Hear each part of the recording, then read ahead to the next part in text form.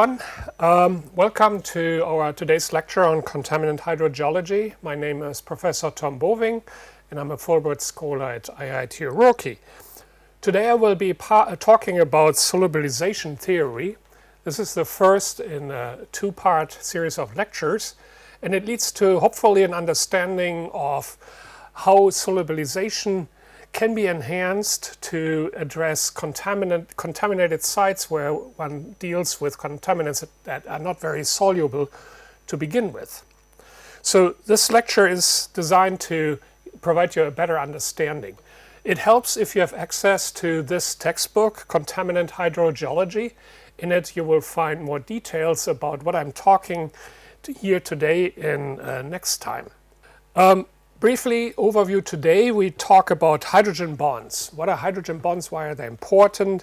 Hydration spheres, how they form. We talk about amphipathic compounds, surfactants in particular, and micelles, like depicted in this picture here, and critical micelle concentrations. So these are the topics that will be addressed in today's lecture. So let's start with a quick look at this picture here. You're seeing a bug apparently sitting on top of water. Maybe some of you have seen this in the nature. Some bugs seem to be indifferent of the fact that they should be drowning in the water like we do. When we fall into a river or a lake, we probably drown unless you're a good swimmer. So why is this bug not drowning?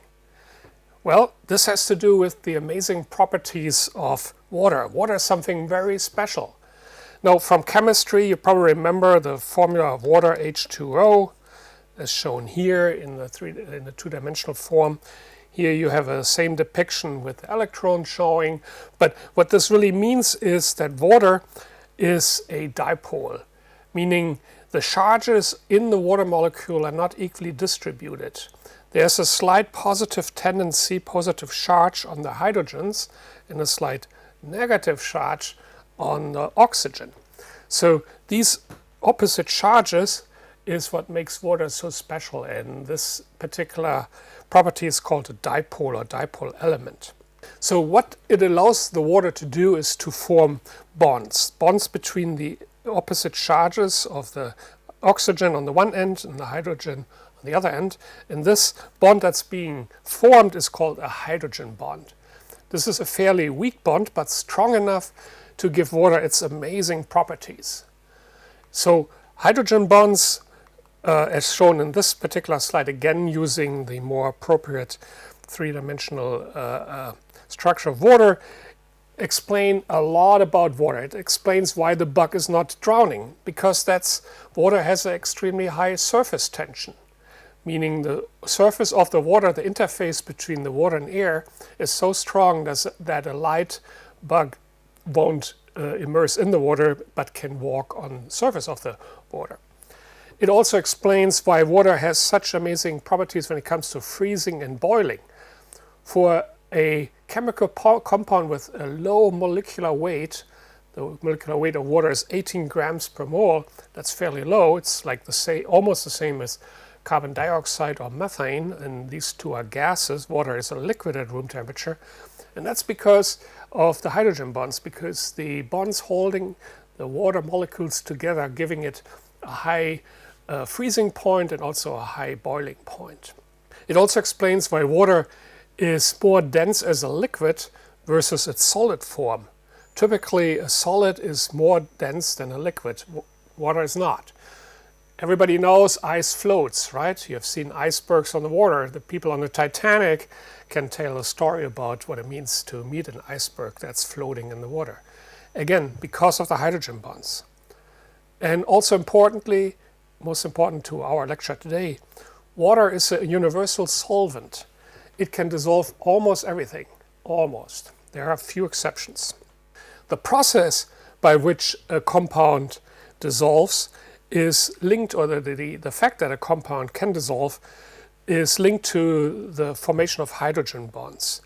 So if a solute can form hydrogen bonds with water, it means it is likely to dissolve and as such will not disrupt the structure of the water. If in that case we call this particular compound soluble. As shown in this picture, you can imagine this being a lump of sugar being slowly dissolved until it's completely dissolved. So again, if a compound can form hydrogen bonds with the water, it can dissolve in the water. Here, for example, dissolution of sodium chloride. Sodium chloride, as we know, is a solid. It's the stuff we need for cooking and so on and so on. Everybody knows sodium chloride. So sodium chloride immersed in water will dissociate in cations and anions. The sodium cations and the chlorine anions. And because these cations and ions can form hydrogen bonds with the water, sodium chloride will completely dissolve. After a few stirs, the solution will be clear. There's no more sodium chloride solid on the bottom of the beaker. It's a clear solution, and only by tasting it you will know that there's sodium chloride dissolved in that water. So sodium chloride, like many compounds, can form hydrogen bonds, can completely dissolve in water. Those compounds that are easily dissolved in the water that can form hydrogen bonds we call hydrophilic, meaning water-loving, philic-loving, hydrophilic, water-loving compounds. Example, sugar and water. The opposite are compounds that are hydrophobic. These are molecules that cannot form a hydrogen bond and cannot dissolve in the water.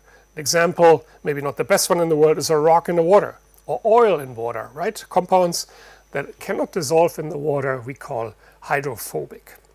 So what's the definition of a solution?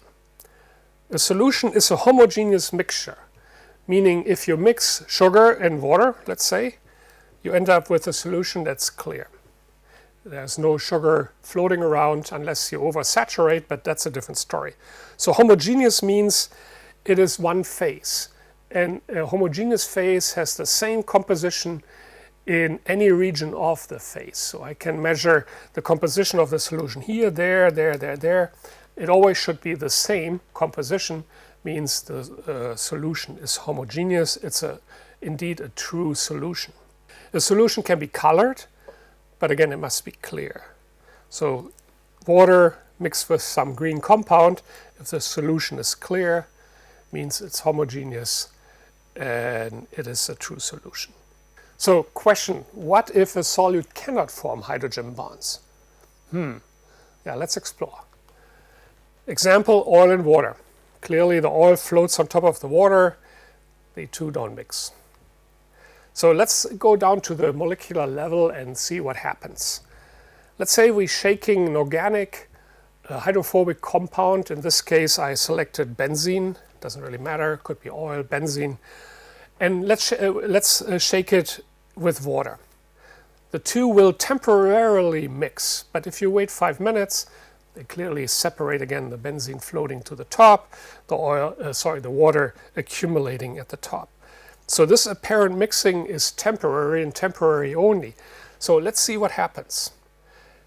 These benzene molecules tend to aggregate together because they want to minimize their interaction with the water. The water is not what they like. They're hydrophobic. They hate the water. So they cluster together. They aggregate together because like, in this case, attract likes. And the water remains out.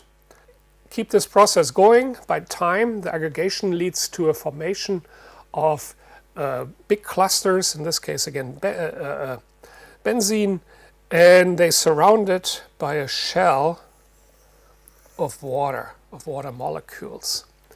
So this shell is the simplest way to minimize the entropy of the system, meaning the preferred thermodynamic condition is to aggregate and separate from the water and build a separate phase. And once those aggregations become big enough, they form little droplets, bigger droplets. Eventually these droplets will separate from the liquid, forming a separate phase. On top of the liquid, if the oil is less dense than the water, on bottom of the water if the liquid is more dense than water.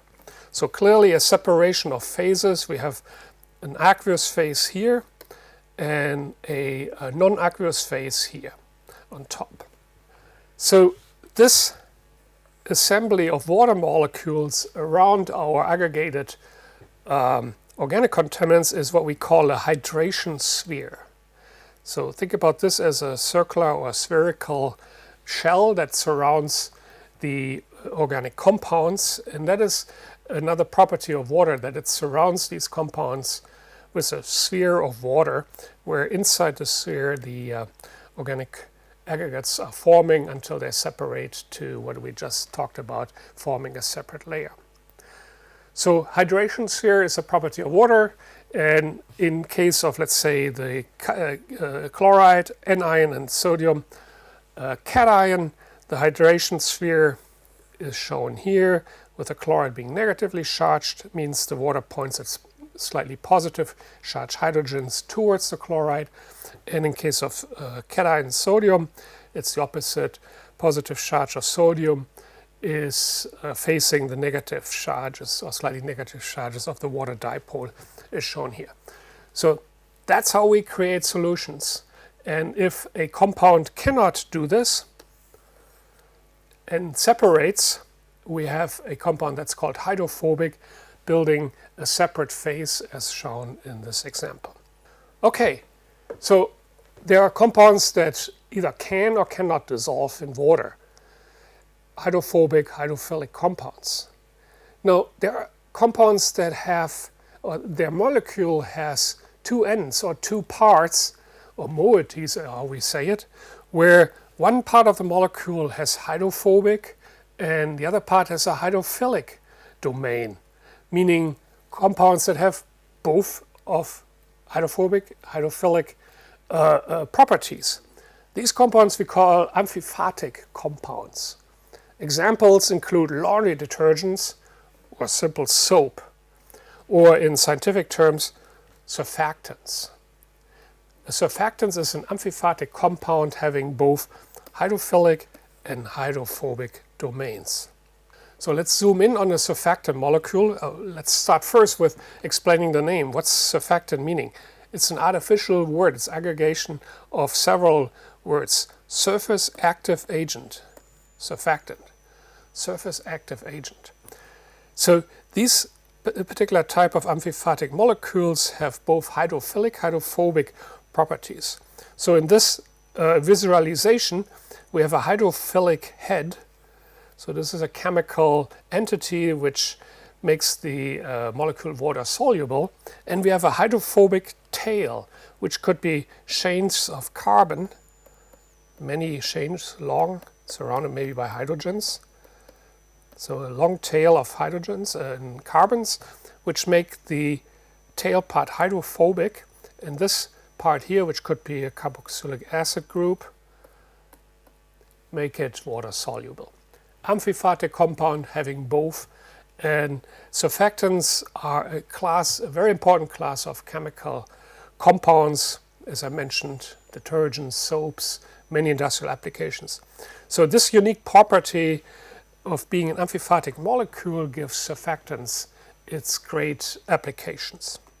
And because of there are many applications, there are different types of surfactants. Without going into too much detail, depending on the charge of the head, the hydrophilic head, we can have anionic surfactants, cationic surfactants, zwitterionic surfactants. Let's not go into that too deeply, and then non-ionic surfactants. Most of the time, when it comes to remediation, we're talking anionic surfactants. So this is how it works. So we have our surfactant molecule with its hydrophilic head and its hydrophobic tail. The hydrophilic head has no problem interacting with the water, forming hydrogen bonds, ensures the solubility of the compound, of the surfactant. And the hydrophobic tail is surrounded by the hydration sphere that forms in the water when a hydrophobic compound is surrounded by water, as we have seen in our slides before. So this assembly of having a hydrophilic head and a hydration sphere around the hydrophobic tail makes a surfactant extremely water soluble, even so it has hydrophobic entities. Now, these surfactant molecules have an interesting property. above a certain concentration, which I'm going to talk about in a minute, they will cluster together. Initially, they all by themselves disperse in the water, having that hydration sphere surrounding them and so on and so on. But as the concentration of the surfactant increases, these surfactants molecules come together more closely and begin to self-assemble into what we call a micelle.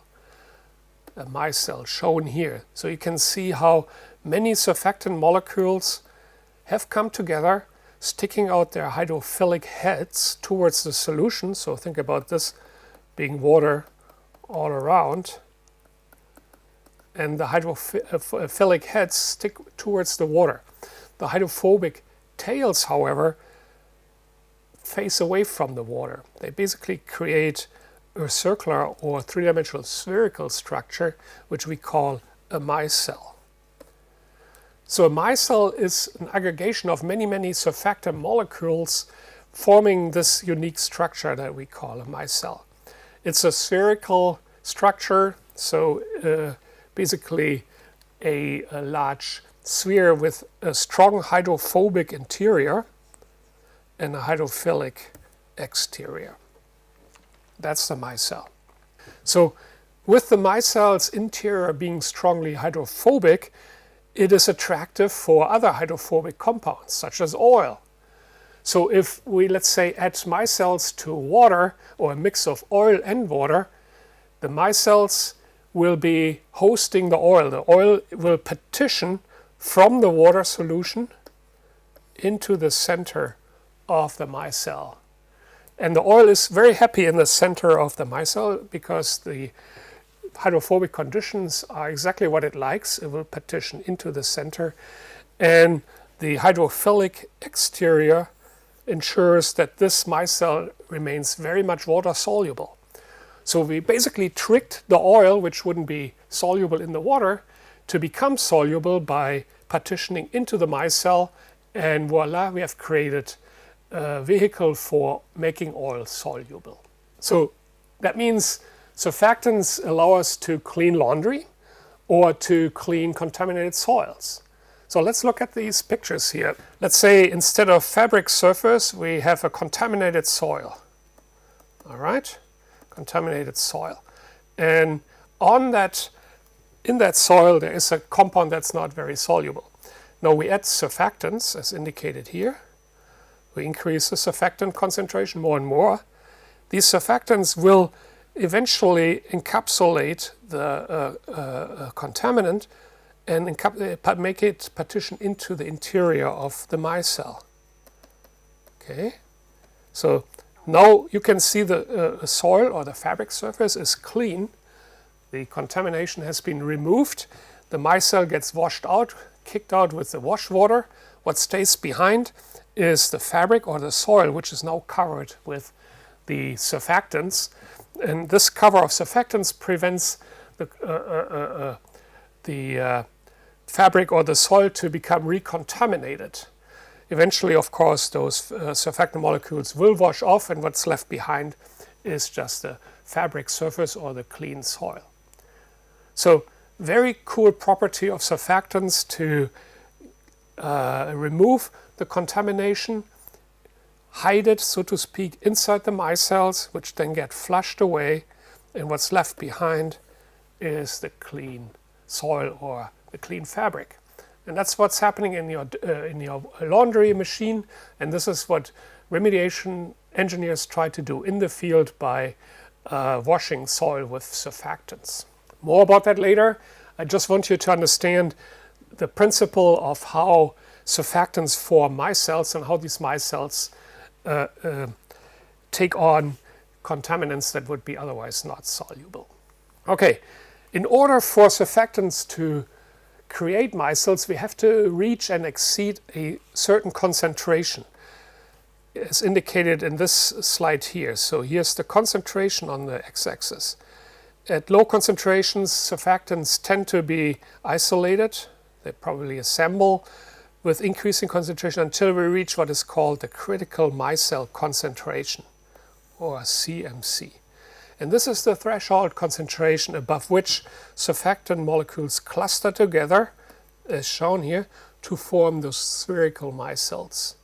The concentration at which that happens is different for each surfactant. It varies by surfactant types. Sometimes it's on the order of a few milligrams per liter. Sometimes it's a little bit higher than that. So we need to add surfactants above and beyond that critical micelle concentration to release its full power when it comes to solubilizing pollution, contaminants, and doing its job. So the critical micelle concentration is a measure of that. This slide also shows that by adding surfactants at increasing concentrations, we're decreasing the surface tension of the solution. So remember, water has a very high surface tension. Adding these surfactants decreases the surface tension of the water by quite a bit, quite dramatically. And that would actually be bad news for our bug, as I show you in a minute. But let me briefly explain to you what the surface tension is. So going back to our initial slide about water being a special compounds, water being a dipole forming hydrogen bonds between its neighboring molecules ensures that a drop of water, let's say we take a drop of water, put it on a piece of glass, the drop will stay together. It won't spread out. If you do the same example with a drop of oil, the difference is the oil will spread out over the glass. If you do it with water, you're going to get a distinct drop of water. That's happening because water has a high surface tension. The water molecules hold together by hydrogen bonds, preventing the water from spreading apart like the oil does. So high surface tension. Now you add surfactants to our water mix. And what they do is they basically interfere with these hydrogen bonds and weaken them to the point that the water no longer has a high surface tension, and water that contains soap, you can try this at home, will spread on the surface of a glass plate like the oil would. We break the surface tension. The water has now a much lower surface tension than it had before. Well, and that's why our bug would drown if you were to add a drop of detergent or soap to the water it's swimming or standing on. The minute you do that, surface tension breaks and the bug is doomed. So let me summarize the key points we have discussed. We have talked about hydrogen bonds that give water its exceptional physical and chemical properties. We talked about why water is not a good solvent for hydrophobic compounds like oil, but is a very universal solvent for compounds that can form hydrogen bonds with the water, like salt and sugar and many other compounds. Then we talked about amphipathic compounds like surfactants that can actually facilitate the dissolution of hydrophobic compounds in water.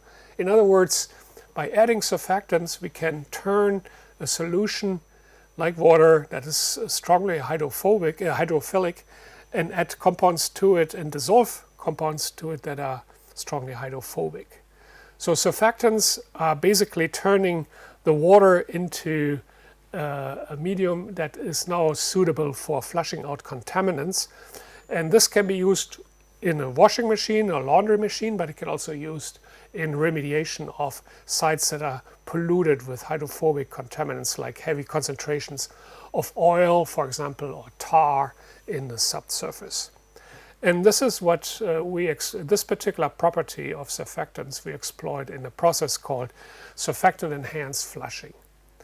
In the next part of my lecture, I will talk about other ways to increase the solubility of hydrophobic compounds. And with that, I'd like to close and thank you for your time. Thank you so much.